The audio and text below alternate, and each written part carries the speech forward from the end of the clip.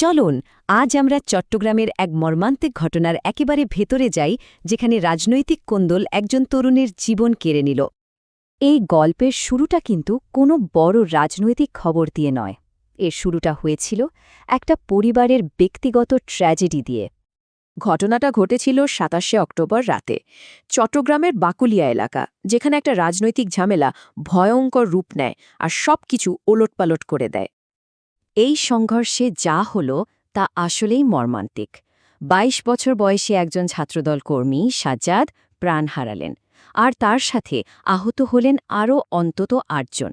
ভাবুন একবার, একটা সম্ভাবনাময় তরুণের জীবন কিভাবে শেষ হয়ে গেল।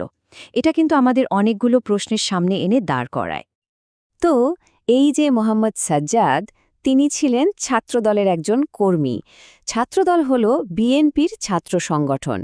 এখানে কিন্তু আসল প্রশ্নটা চলে আসে, একই দলের একই আদর্শের লোকজনের মধ্যে এমন একটা রক্তক্ষয়ী সংঘর্ষ আখির কেন হলো?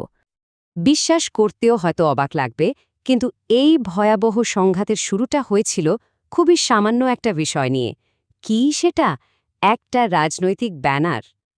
আচ্ছা, চলুন একটু টাইমলাইন ধরে দেখি ঠিক কি ঘটেছিল সেই রাতে, আর কিভাবে পরিস্থিতি এত দ্রুত ভয়ঙ্কর হয়ে উঠল।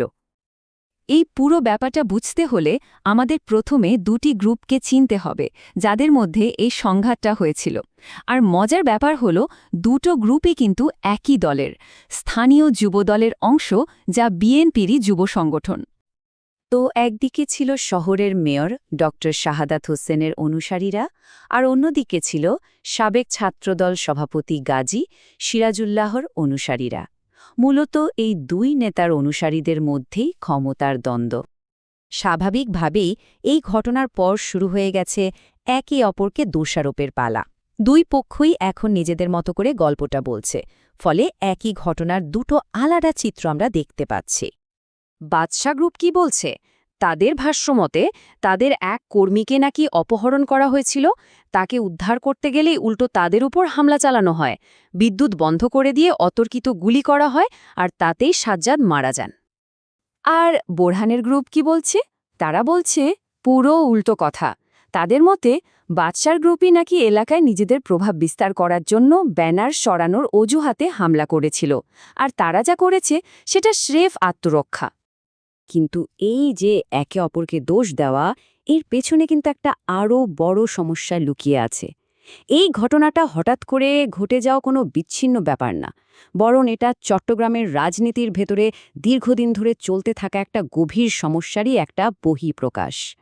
যারা চট্টগ্রামের রাজনীতি নিয়ে খোঁজখবর রাখেন তারা জানেন যে সেখানকার বিএনপি আর এর বিভিন্ন অঙ্গ সংগঠনের মধ্যে গ্রুপিং বা অভ্যন্তরীণ কোন্দল কিন্তু নতুন কিছু নয়।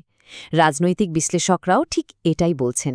আর এই ভেতরে চাপা উত্তেজনা আর বিভেদই কিন্তু ওই রাতের ভয়াবহ ঘটনার জন্য ক্ষেত্র প্রস্তুত করে রেখেছিল। ব্যাপারটা হল প্রভাব বিস্তারের প্রতিযোগিতা, নিজেদের আধিপত্য ধরে রাখার চেষ্টা, আর তার ওপর সামনে জাতীয় নির্বাচন। সব মিলে এই যে অভ্যন্তরীণ ক্ষমতার লড়াই, এটাই এখন আর সুস্থ প্রতিযোগিতার মধ্যে সীমাবদ্ধ থাকছে না, বরং সরাসরি সংঘাতে রূপ নিচ্ছে। তো ঘটনার পর এখন কি হচ্ছে? আইনশৃঙ্খলা বাহিনী কি পদক্ষেপ নিচ্ছে, আর দায় কার ওপর চাপানো হচ্ছে? পুলিশ বলছে তারা এলাকা নিয়ন্ত্রণে এনেছে। ঘটনাস্থল থেকে গুলির খোসা উদ্ধার করা হয়েছে।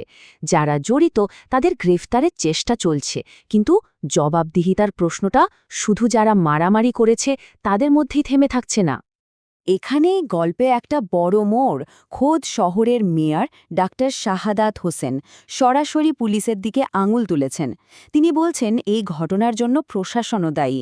তার দাবি, তিনি নাকি আগেই পুলিশকে এদের ব্যাপারে ব্যবস্থা নিতে বলেছিলেন, কিন্তু তখন কোনো পদক্ষেপই নেওয়া হয়নি। আর এখানেই আমরা আজকের আলোচনার শেষে এসে দাঁড়াচ্ছি। এ ঘটনাটা শুধু একজন তরুণের মৃত্যু বা কয়েকজনের আহত হওয়ার মধ্যেই সীমাবদ্ধ না। এটা আমাদের ভাবায় যে যখন দলের অভ্যন্তরীণ রাজনীতি এতটা সহিংস হয়ে ওঠে, তখন একটা পুরো এলাকার, একটা পুরো সম্প্রদায়ের ওপর তার কী প্রভাব পড়ে, এর আসল মূল্যটা আসলে কে দেয়।